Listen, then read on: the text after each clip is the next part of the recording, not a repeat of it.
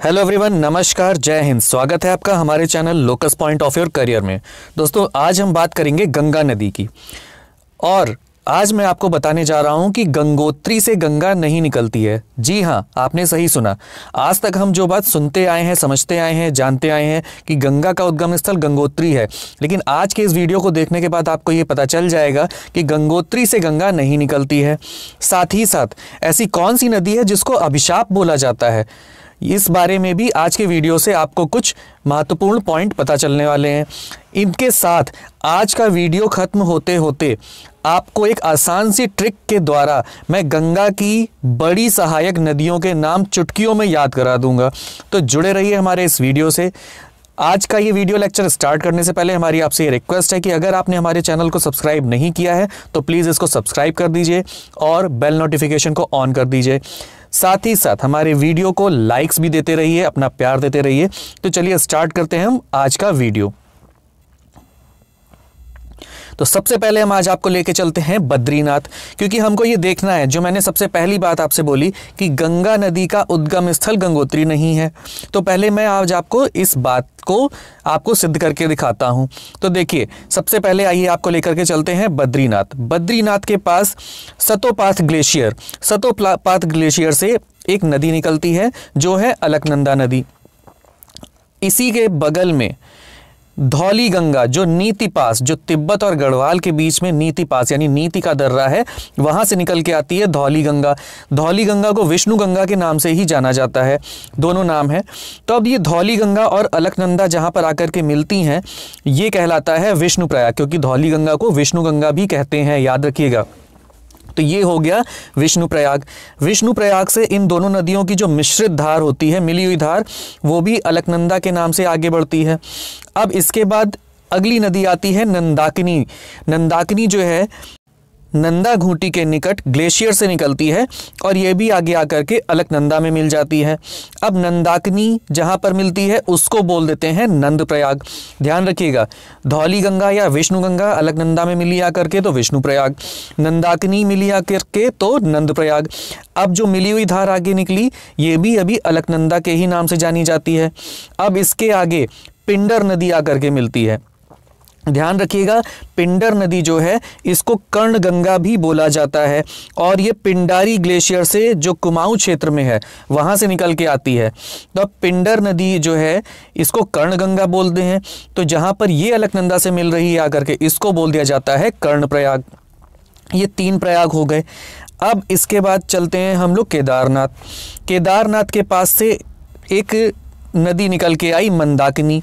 मंदाकिनी नदी आकर के अलकनंदा में मिली और ये अलकनंदा में जहाँ पर मिली उसको बोला जाता है रुद्रप्रयाग। अब मंदाकिनी और अलकनंदा, इन दोनों नदियों से जो धार निकली मिलने के बाद, उसको भी अभी हम अलकनंदा के ही नाम से जानते हैं। देखिए, 4 प्रयाग हो चुके। इसके बाद हम चलते हैं गंगोत्री।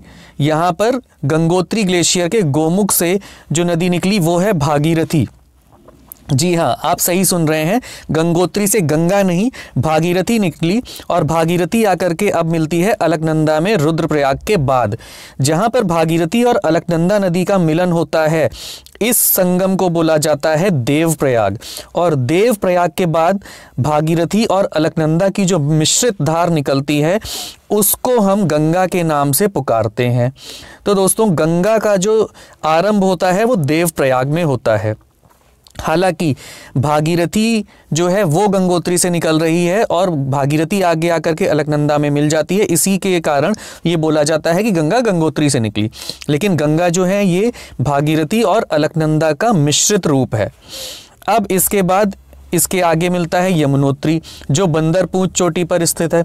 यमुनोत्री से एक धार निकल के आती है नदी की, जिनको हम जानते हैं यमुना के नाम से, और ये धार आगे चली आती है और आगे आकर के गंगा की एक बड़ी सहायक नदी के रूप में उत्तर प्रदेश में आकर के गंगा नदी में मिल जाती है। अब बात करते हैं हम भारत के अंदर गंगा नदी के नदी तंत्र की, यानी कि गंगा कहाँ कहाँ से होकर के निकलती है, गंगा से जुड़े हुए महत्वपूर्ण बिंदु क्या क्या हैं, गंगा की सहायक नदियाँ कौन कौन सी हैं, जो बड़ी नदियाँ हैं उनकी बात करेंगे। तो ये रहा भारत का, उत्तर भारत का नक्शा। ठीक है, यहाँ पर देखिए उत्तराखंड में एक ये बिंदु है जिसको हम गंगोत्री ग्लेशियर के नाम से जानते हैं, यहाँ गोमुख है, और इसी के पास है सतोपथ ग्लेशियर, यहाँ से निकलती है अलकनंदा। तो अब आगे जाकर के यहाँ से निकली भागीरथी और अलकनंदा जो देवप्रयाग में मिलती हैं, और देवप्रयाग से जो आगे धार निकली वो है गंगा। जी हाँ, ये जो लाल रंग की आप लाइन देख रहे हैं यही है गंगा। यहाँ पर भागीरथी है, यहाँ पर अलकनंदा है, दोनों की धार मिली और अब ये गंगा बन करके उत्तराखंड से हरिद्वार के रास्ते मैदानी भाग में प्रवेश करते हुए भारत में आ जाती हैं। हालांकि पश्चिम बंगाल में जाकर के गंगा नदी जो है ये दो धार में विभाजित हो जाती है, जिसमें से एक धार है जो हुगली नाम से जानी जाती है, और ये हुगली नदी आगे जाकर के बंगाल की खाड़ी में अपना जल गिरा देती है, और दूसरी धार जो भागीरथी कहलाती है वो पद्मा के नाम से बांग्लादेश में प्रवेश कर जाती है, और बांग्लादेश में जाकर के अन्य नदियों के साथ मिलकर के अपना जल बंगाल की खाड़ी में गिराती है। उसकी हम आगे बात करेंगे। तो अब देखिए हम बात करते हैं कि गंगा नदी जो है ये भारत के 5 राज्यों से होकर के बहती है। उत्तर भारत के जिन 5 राज्यों से होकर के गंगा नदी गुजरती है वो है उत्तराखंड, उत्तर प्रदेश, बिहार, झारखंड और पश्चिम बंगाल। गंगा की कुल लंबाई है 2525 किलोमीटर, जिसमें से 2510 किलोमीटर जो है ये भारत में है, और अधिकतम लंबाई जिस प्रदेश में है वो है उत्तर प्रदेश। गंगा नदी का अधिकतर लंबाई वाला जो हिस्सा है, यानी कि अधिकतर लंबाई जो है गंगा नदी की वो उत्तर प्रदेश में ही है, जो लगभग 1450 किलोमीटर के लगभग है। अब आइए देखते हैं गंगा नदी के जो मुख्य सहायक नदियां हैं वो कौन कौन सी हैं। तो गंगा नदी की जो सबसे पहली सहायक नदी के रूप में हम देखते हैं तो वो है रामगंगा। रामगंगा उत्तर प्रदेश के कन्नौज में आकर के रामगंगा की धार गंगा नदी में मिल जाती है। इसके बाद दूसरी प्रमुख नदी जो आती है सहायक में वो है गोमती नदी। गोमती नदी उत्तर प्रदेश में पीलीभीत से निकलती है और आगे जाकर के वाराणसी के पास सैदपुर कैथी नामक स्थान पर अपना जल गंगा नदी में गिरा देती है। तीसरी जो नदी है वो है घाघरा नदी। घाघरा नदी ये नेपाल के रास्ते आती है और नेपाल से होते हुए आती है और उत्तर प्रदेश में आगे जाते हुए बिहार में अपना जल गंगा में गिराती है। बिहार के रेवलगंज में अपना जल गंगा में गिरा देती है। इसके बाद आती है गंडक नदी। गंडक भी नेपाल के रास्ते बिहार से होते हुए आती है और पटना के पास गंगा नदी में अपना जल गिरा देती है। इसके बाद आती है कोसी नदी। कोसी नदी भी नेपाल के रास्ते आती है और नेपाल के रास्ते आकर के बिहार में जा कर के कुर्सेला कटिहार जो है, कटिहार नामक जो स्थान है कुर्सेला, वहाँ पर अपना जल गंगा नदी में गिरा देती है। यहाँ पर ध्यान रखने वाली बात दोस्तों ये भी है कि कोसी नदी जो है, कोसी नदी को ही बिहार का अभिशाप बोला जाता है, क्योंकि बार बार बाढ़ जो आती है कोसी नदी में, तो कोसी नदी की बाढ़ से बिहार में बहुत तबाही और बर्बादी होती है, जिसकी वजह से कोसी नदी को बिहार का अभिशाप बोला जाता है। तो आप याद रखिएगा कि किस नदी को बिहार का अभिशाप बोलते हैं, तो वो है कोसी नदी। इसके बाद जो अगली सहायक नदी है गंगा की वो है महानंदा नदी।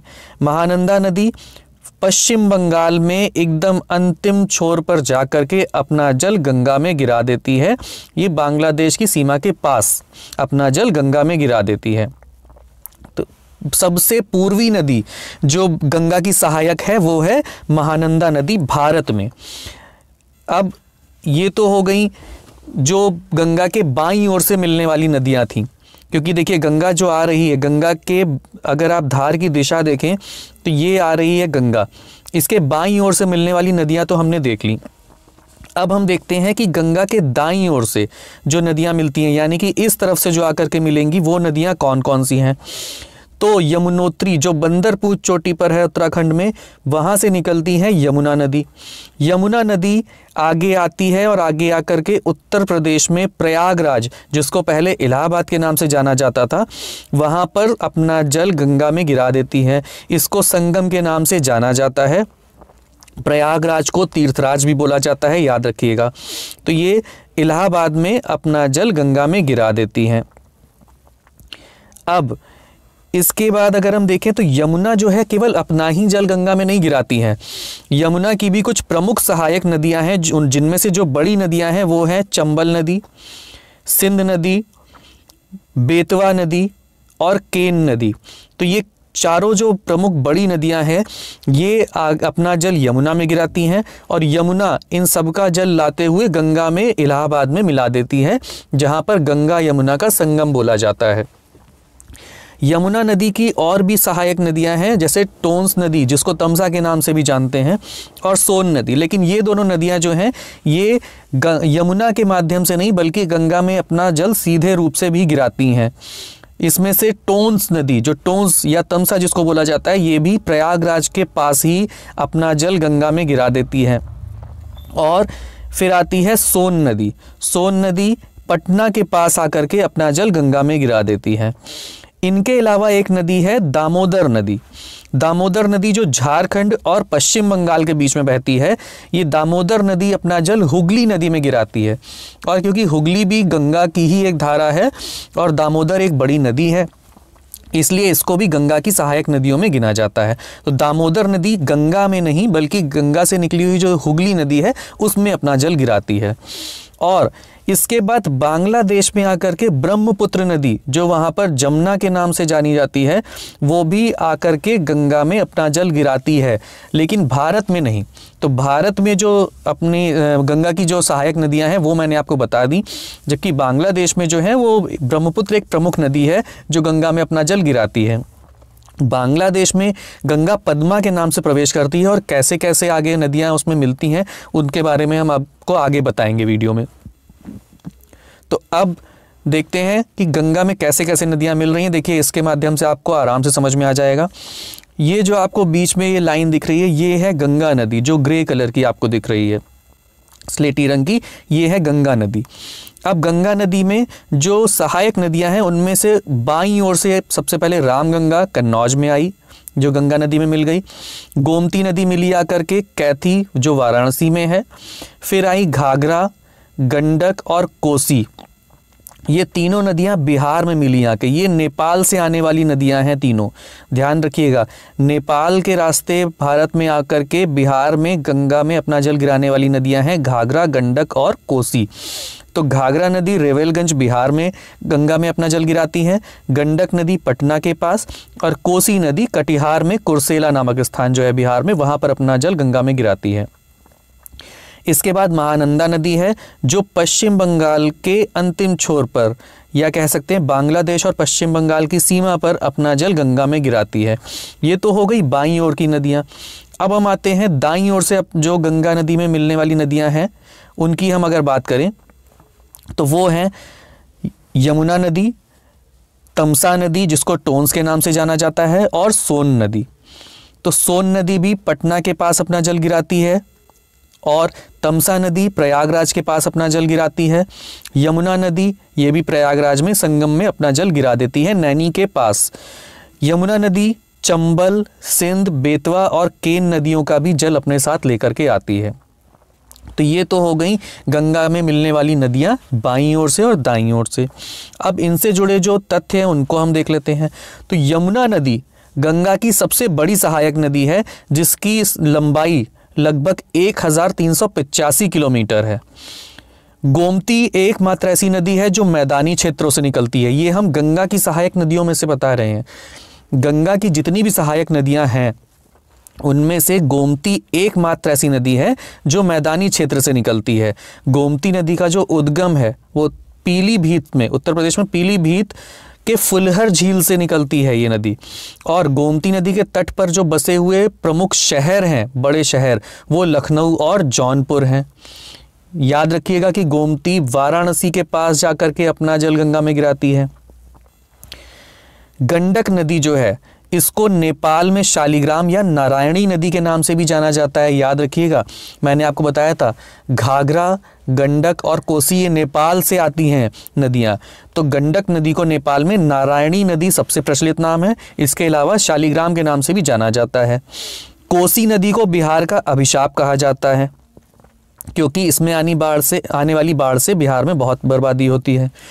घाघरा नदी को भी अब सरयू नाम से ही जाना जाएगा। याद रखिएगा, घाघरा नदी ही सरयू के नाम से जानी जाती थी फैजाबाद में, और अब इसके पहले भी घाघरा का जो हिस्सा था, अब पूरी उस नदी को सरयू के नाम से ही जाना जाएगा। तो अब घाघरा नाम प्रचलन में नहीं है, सरकार ने ये नाम सरयू कर दिया है। सबसे पूर्व दिशा में अंतिम सहायक नदी जो भारत में है गंगा की, वो है महानंदा नदी, जो मैंने आपको बताया था पश्चिम बंगाल और बांग्लादेश की सीमा पर जाकर के गंगा नदी में अपना जल गिरा देती है।